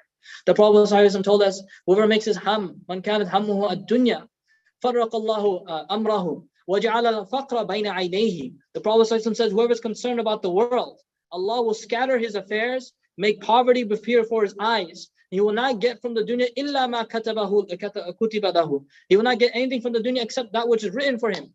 وَمَنْ جَعَلَ هَمَّهُ الْآخِرَةِ. Whoever makes his concern for the hereafter, Allah ta'ala جَمَعَ اللَّهُ أَمْرَهُ. Allah will gather all of his affairs. He'll settle all of his matters.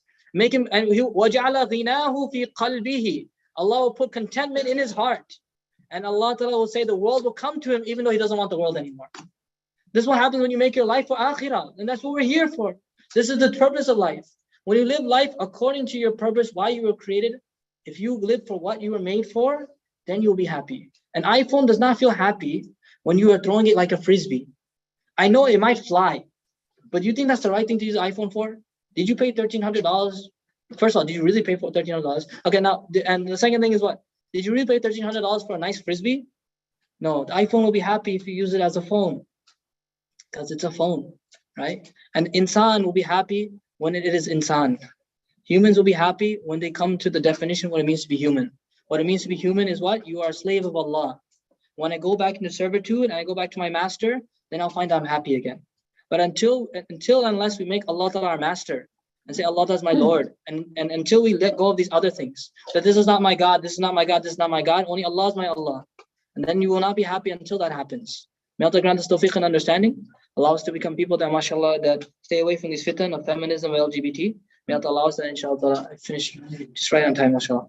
May Allah grant us tawfiq to become people that submit to Him, become people that find love in sajda, find love in ibadah. May Allah allow us to become people that become content with whatever Allah has decreed for us. May Allah SWT allow us people that when we make dhikr, the tears flow and the hearts become content again, inshallah ta'ala. Do you have questions? So there are a lot of topics, so please feel free if you have any questions about any topics. Yes. So have you ever engaged with somebody like non-Muslim with all these topics, like feminist? Have you ever interacted with them? What was that debate, or if you did, what was that interaction like, and what was the result? Well, so when it came to, at least I can remember one sister that had a lot of these feminist tendencies, right? Non-Muslim or Muslim? This was a non-Muslim. This was a Muslim. A non-Muslim, the only ones I've ever engaged with are like the priests and the rabbis, right? Which they're going through their own like cognitive dissonance. They're having their own problems because their books tell them to do something, but then they're doing the opposite of that thing, right? Like for example, they have like LGBT flags outside their churches and stuff like that. So, but I have dealt with Muslims. I haven't dealt with non-Muslims on this. But generally speaking, when I've seen like other people deal with them, and even the Muslim ones, they get very emotional and angry. Yeah, that's what I was telling people. Like, if you want to engage with someone, you should never engage through morals or morality. This is not the right way to deal with it. Someone asked me that yesterday, I think. They said, how do you engage with them? I said, you can't. Because they believe that the game of life has these rules. And you believe the game of life has these rules. Now, you would believe in two different laws about how the world looks, right? Your worldview isn't the same. Your life isn't the same. What are you going to argue about with them? What are you going to debate with them about? Right? My thing is, if someone comes up and says, how dare you say that if a person ever goes to a man, has sexual attractions towards a man, he's a bad person. I'll say, first of all, I didn't say that. I said if they actually commit the act, okay? For you to have desires, as long as you control your desires, you're a good person. Right? You're one of the best people. But the thing is that you need to tell them, that's a good question, sister. Oh, mashallah, why the different rules in Islam? Why? That's a good question, sister. That's a great question. First, can you tell me, does God exist or not? Like, we need to talk about bigger questions, right? Whenever anyone asks these questions, like, why is there poverty in the world? Why does God allow wars? Why does God do this? Why does God do that? I say these are university level questions. Can we go back to the building blocks? ABC, our children here, mashallah, know Allah exists. You don't even know that. You know what I'm saying? Like, we need to talk about a fundamental question. So if anyone ever comes to you, first speak about Allah. I mentioned this yesterday. I said, we never talk to LGBT community and we never ask them what they believe in. And this is the thing that we need to talk about, because kufr is a bigger sin than homosexuality is. And so that's what I'm trying to say here, is that when you engage with them, shift the discussion towards the existence of God. See how you can prove Allah Ta'ala exists, because that's the bigger question here. Because if you can put Allah back in the picture, then we can have a conversation. But if you don't believe my God exists, what am I going to convince you about? You know? I hope that answered the question. Okay. So one other question, transgenders. Yes. So two questions. So one is that people who've already taken these steps and gone into this, became transgenders. How do you treat them? Okay. And the other one is these natural phenomena. Like we know that there are men who, physical attributes that resemble women. Okay. How do we treat them? Like, yes, of course, we have to interact with them. Yeah. Right? And again, it reflects the previous topic. In your workforce, like you will have these people. How do you can't just ignore them just because, okay, do you believe in Allah? No, I don't. That's it. No, you have to interact with them, right?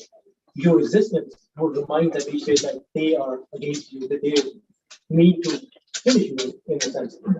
And you have to, in a sense, make it engage with them in one way or another. Yes. Even if they don't believe in Allah. So how do you?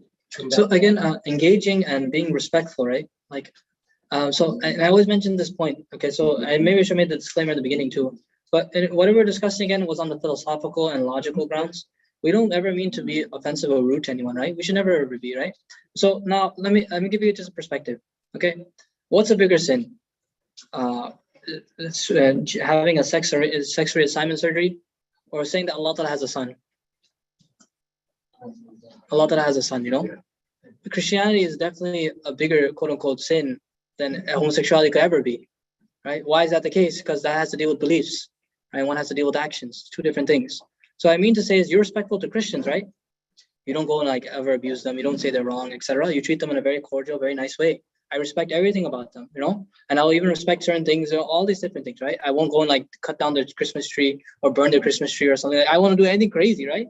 Because why? Because I respect them. Similarly, you should respect them too. If they're in your workplace, mashallah, just respect them. They're human beings. They're having a problem. Legitimately, I think of them as patients, right? They're having a problem. Well, you're gonna be angry against a person who's sick? Really? Is that what we're talking about here? Person has an issue. Be nice to them. Be respectful. Like you said, if a person said, "I don't believe in God," and you just said no, I'll say why. You should have a reason, right? And if you should tell them, like, it's a big question. Believing in God is a big question because that decides everything. So you should not let the discussion stop there. They just say no, then that's not enough. I need to know a reason for why. You should have a reason for what you believe in, right? Then have a conversation. I'll let them know this is like, oh, I just don't want to think about it. Well, you should say, if there is a God and there is a heaven and a hell, that's a big question that we need to consider.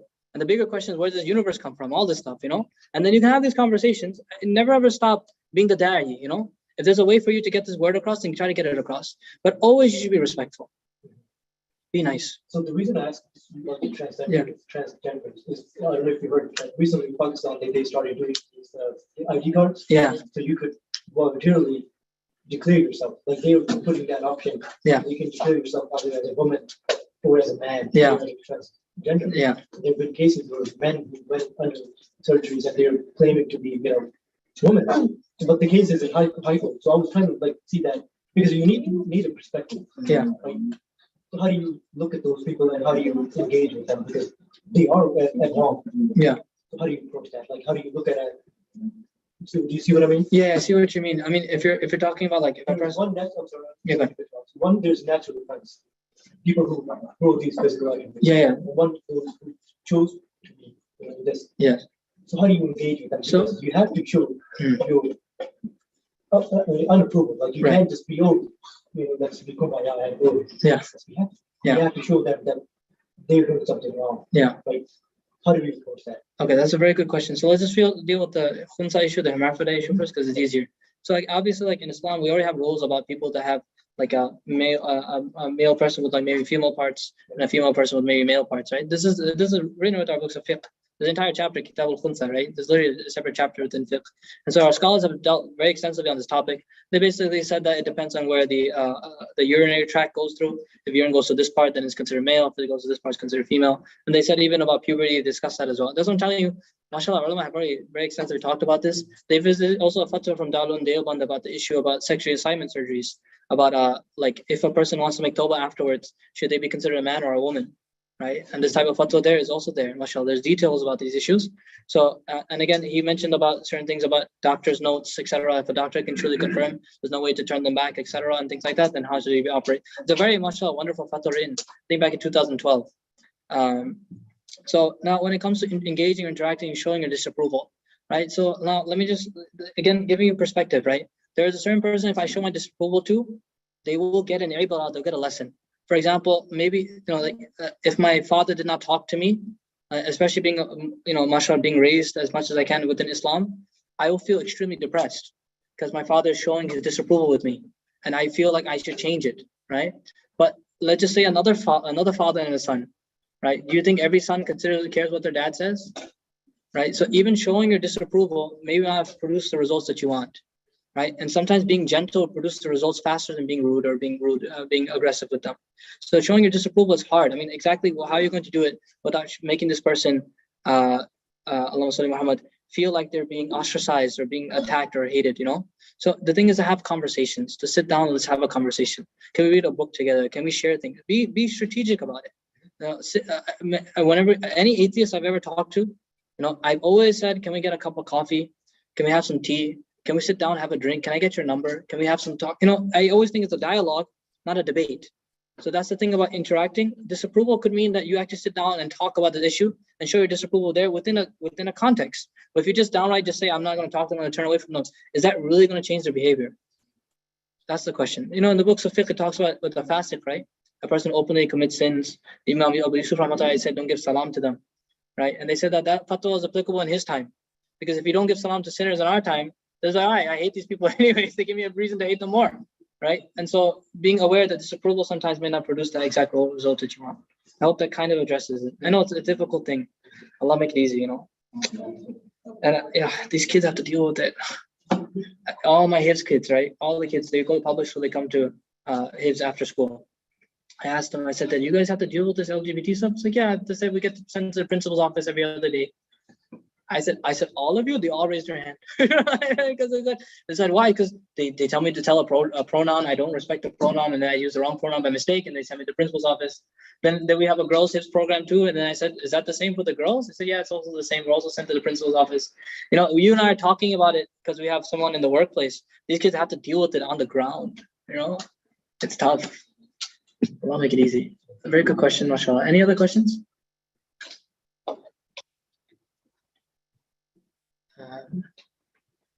You guys have any questions? You do? Okay. Anyone else here? Please, inshallah. We have time, so. So we have, alluding to this question, in Pakistan, there are a lot of transgenders. They fully believe in Allah and Prophet and Sunnah and all that. How do they fit into this conversation? This conversation again is that if they truly believe that they're a man inside another person's body, right, or whatever. So again, we talked about how it's how psychology still defines it till today. Gender dysphoria is still in the DSM. Gender dysphoria means that a person who considers himself to be in the wrong body. So it's a psychological disease. Someone legitimately have a psychological problem where they think that, right? And so if they consider that as being actual psychologically, there's an issue there, right? Then we deal with like every other psychology case, right? So then they can be considered like that, right? If they've already gone through so much surgery, etc., then they're considered to be that gender or whatever. Then again, we just tell them again, like what the fatwa said, that if the doctor really confirms that they've transitioned so much they can't be reversed, etc., then you can just maintain them being under that gender, right? So there are different laws now. We can include them within the Islamic dialogue, right? The conversation. If you can try to convince them again, try to go to therapy, etc., that's the best process, because you can let them know that Allah doesn't make mistakes like this, So you can try to have that conversation. It's a difficult conversation to have. That's what I'm saying. It shouldn't be aggressive or direct. You should be you should have a very nice, nuanced discussion with them. Sit down, have a conversation, because then you can get the point across. So I would say try to convince them for therapy, etc. Try to convince them like that, because again, with the psychological, you can treat the matter, right? Through therapy, through discussions, etc. There are a lot of websites I wanted to link everyone to. Let me just go back.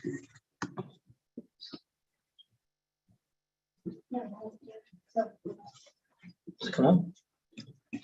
Coming up, right?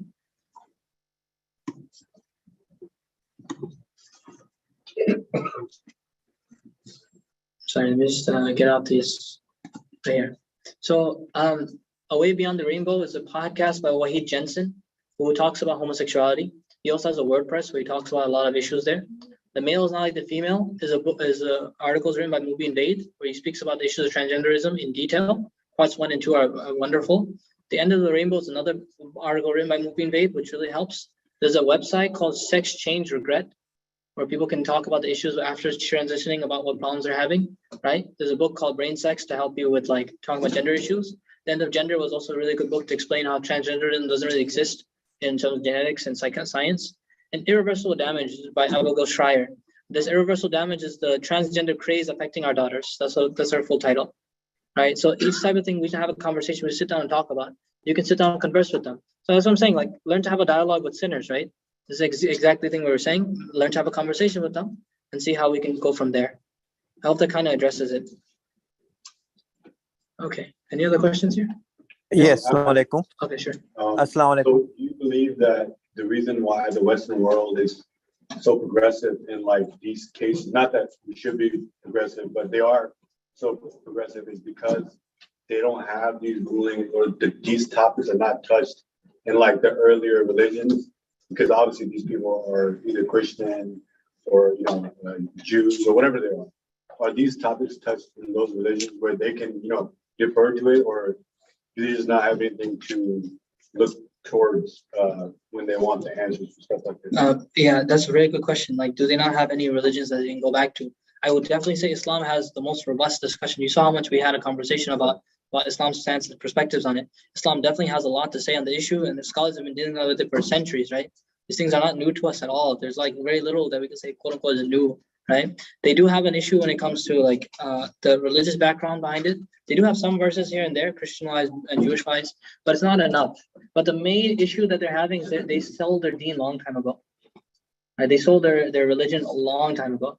They're okay with everything, They were putting up the rainbow flag before anybody, right? So they were okay with selling parts of the deen as long as people could exist or whatever they thought was practicing their religion, right? So they abandoned the way of Isa and Musa long ago.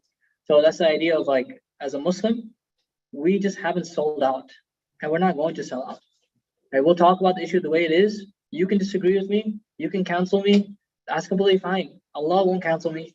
I can still make dua. I can go to the masjid. I can pray. It's all fine, right? Nothing's wrong, right? If they cancel you on Twitter or whatever, all right. I was an idiot on Twitter anyways. Facebook, I really need to go open the Book of Allah anyways. It's not. You know what I'm saying? So understanding that there are a lot of crazes within Islam, like within like the Islamic world. Communism was really big at one time. Right? They were like talking about, we all have to become communist, right? Socialism, right? The atheism, right, was a big trend, right? Now you're seeing it slowly die out as well. And LGBT is the thing we're dealing with now, and it will die out too. You just have to wade the waters, right? Just be patient, inshallah. I hope that kind of addresses it. That's a good question. I have one follow-up with that. So what is the counter to that? Because we know these topics are taught in schools and all that. In our countries, we are the automatic switch is fundamentalism. We go against it. Like I asked, like, how do we treat them? Yeah. You're saying you have to be more of a passively. Passive, engage with them. Yeah. But to counter that is we're kind of giving this sense that it is acceptable. Yes. Because if you don't counter it with the let's be with the story, we're kind of like giving them permission to be right. Let's be honest. I'm from Pakistan. Mentality. If you do something, it is not let's sit down and engage. It is automatic. So how do we counter that? That's good. Of course, we can't just let our kids engage with them. Learn more about feminism. Or rather, we can tell them there is sin. Just don't do it. It is something we don't even touch. That's a very good point. So let's just first talk about, because the sword was mentioned, so I just want to make sure we clarify this issue. Just about like understanding social contracts, right? We are living under a government, right? And we have certain things that we can do under a government. Allah Ta'ala knows I'm not approving of this. Okay. Where the people around me think that, okay, since I'm being a good person to this person, whatever, I'm treating them well, whatever. If you think it helps your case or your point to show some disapproval by not talking to them, etc., if you think that helps you to drive the point across, then be my guest. If that's what your mind tells you that this is probably the right way to handle the situation. But having said that, like to think that because like, okay, they're doing this, and even like you mentioned in Pakistan, right? Now the government is deciding this is the right thing to do. Now, if I break the social contract and say, no, I should just do, like I just get a little bit more savage on the issue. I may be breaking the social contract with the government, and that might be liable to sin. Because why? Because Islam has rules about obeying the leader, rulers, etc. Right? Even as long as they're letting you pray and stuff like that, you may not be able to transgress on those issues. So again, there's a political aspect here. Islam also attacked those. So you have to be very careful about that. So it's not showing, again, like I have like a gay cousin, for example, right? I legitimately, this guy, I tried to text him, I tried to talk to him, I tried to reason with him. He came out one day just saying, I am gay, I'm proud, whatever. And I try to give salam, say how you're doing, because he's my cousin. So I'm trying my best to, bring him back, right? Would you do that for your own family members? What would you think? For my family, if I found out my brother was like this, what would you think? What would you do? Condemn. I mean, again, it depends on the country. Yeah. But the reason I asked, conservative. Okay, so tell me which country we're talking about. We're talking about Pakistan or here? Okay, here. Okay, good. Our upbringing is influenced by women. Yes. 100%. Right? Yeah. So white conservative, they teach their kids, but this topic comes in, these are sinners, they're going to be held. That's it. Yeah. So automatically there's a switch. That whenever such thing comes up, there's a switch. That's it. As opposed to like to be, approach them, engage with the dialogue. You kind of like expose yourself to that. See what I mean? Yeah. Sometimes it's like, how do we teach our kids about these things? Of course, we're not going to go into depth. Yeah. This is what these things are. We can just tell them this is wrong and that's it. Yeah. How do we do that? That's what I'm trying to say. Okay, so again, our perspective has to be a little changed here. That's what I'm trying to say. Sayyidina Lut alayhi salam is the best example of this, right? Did he die? What did he do? Did he go up to like every Lut and just beat the heck out of them? What did he do? No, legitimately, what did he do? Did he have a dialogue? He conversed, he talked, and he told them about Allah. This is the reason why I'm mentioning these things. Fattaqullah wa ati'un is his da'wah in the Quran, Surah Al-Shu'ara. He told them to fear Allah, talks about Allah. The dialogue part is not just me trying to tell you that this is the idea of talking to people and conversing with them and relating with them. He goes to their meetings, he goes to their gatherings, he goes to their assemblies, and he tells them this is wrong, and he speaks about it, and he tries to speak about it with them like that. But the thing is that, so you can tell your kids, mashallah, to do this, and that's the thing. Well, how do we get our kids to be on the right path, right? So you tell them to talk, you tell them to speak about these things, to speak about these issues. They'll be sent to the principal's office like 15, 16, 17, 18,000 times, whatever. But they should not be aggressive in the sense that like they're abusing the person, right? Like again, the idea that if my cousin or my brother were committing the sin, I wouldn't be as aggressive as I would be if it was a stranger. But that's only because I don't realize this person is also my brother because they're all from Adam alayhi salam. If we realize that, I would be as nice to them as anyone else. But we don't realize that. Again, the perspective isn't there. So these kids need to be told about these things, that it is wrong, and then tell them to have a conversation, talk to them, to speak about how the issue is wrong. I'm not saying to have a conversation to go, hey man, let's go to the gay parade together. I'm saying go talk to them and tell them that it's something wrong to do, right? And speak about it and have a good way to explain it. But I'm saying wait for the opportunity. Sometimes the opportunity will come by itself where you can mention it, right? Befriending a person and then explaining the issues with them is a much more effective way of getting the position to change. Now, how do these kids, mashallah, have a chance to like just be themselves and be Muslims? You have programs like this, where now they can just talk about this issue openly. They don't have a problem. I don't really care about getting canceled because I'm not on anywhere anyways. You're not going to find me. I don't have any social media, right? Because I don't really care. These kids, mashallah, probably don't care either, but they need some place to feel like I can get this off my brain, get this off my chest.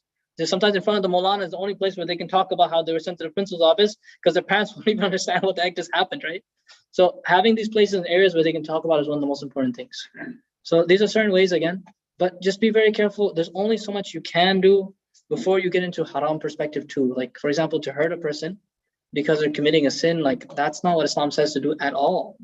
Are we supposed to hurt somebody when they're committing sin? Like, we can't do that, right? Any other questions? Oh, mashallah, you hit it right on target. You see just reality. It's not just here and that or anywhere else.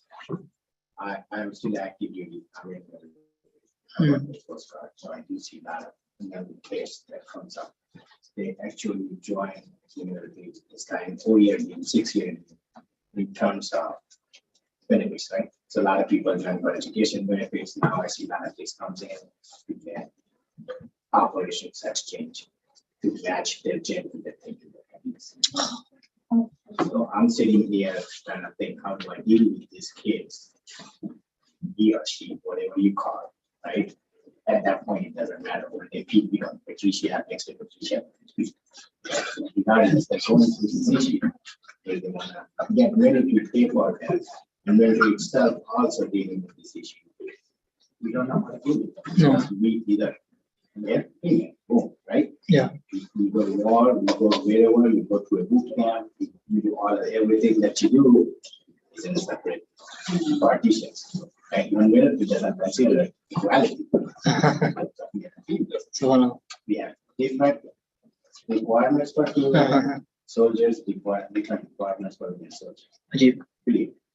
So now if you kind of bring in the third, Third gender. how do you deal with that? How do you deal with that? How do you treat them? How do you teach them? Yeah. At the same time, it's also I myself personally many times with myself like, but by the rules and laws, because my commander in chief told me to do so, Yeah. follow the rules, saying like, hey, I give you rights, I justify, I provide you what your needs are. As long as you meet these, you get to do whatever you want to do. You came as your agenda. Yeah. That this is what you want to come out of your service. Yeah. Right? Because everybody joined for certain benefits. So, I mean, there are some people that are like, I won't say that they joined to some country. Still, it's a noble thing. Yeah. I consider it's number to be, after a line. As long as it doesn't conflict with Yeah. religion. Makes sense. Right? So there are certain people and there are people that come from these countries and I see a lot of young generations now coming just to get that. So it is a reality, it is a money thing that's basically doctors that get money, free money, Yeah. $25,000 to go through an operation and it's never going to 60 countries. Yeah. By the way, the money thing, Jazakallah for mentioning that, like, that's why they haven't taken out of the DSM. If you keep it as a psychological disease, what it means is that you'll still get benefits, right, for taking care of the treatment. So, homosexuality is not considered it, right? But they still kept gender dysphoria because you can still get medical help then because it's considered a disease then. It's such a deep, sad reality we live in. That's not what I say by law, I'm providing you this, but within my belief, it doesn't fit right. No. And I see as a stand. Yeah. But that doesn't mean I will mistreat you. I make you, Yeah. And see, justice and you get what you deserve and what you joined for. And there is nobody's giving you harassment or Yeah. anything like that. Because throughout the years as you go out and get to deal with those kind of things. Junior members are always junior members. Yeah, they turn on each other, they do whatever they do to each other. sometimes they're Pete, sometimes they're, And when you go to the city, I'm like being 19 years old. Oh, okay, yeah, I see. Yeah, that. it's one of them. Where you going with that? Okay. Mashallah, now, Look. good introduction. Yeah, cool. Any other? No question. Okay. They did ask for the I'm not sure if there's any question. the WordPress. No, they just asked for the WordPress. My WordPress is called Heart of Knowledge. I update it every once in a while. It has many things on atheism. A lot of questions about atheism that I brought up. Many questions people ask me, I just put them out there as a general, specific answer. If you'd like to just look at the WordPress, you can, inshallah. There's a bunch of them. We are working on a book because some ulama said to just put it together as a kitab. And the book is called Polishing the Compass, Alleviating Doubts on Atheism, right? So make dua, inshallah, Allah to make it to fruition and allow it to come in reality, inshallah. And Jazakallah khairan for being wonderful hosts, mashallah, to a guest that came. I ask for forgiveness if I said anything wrong.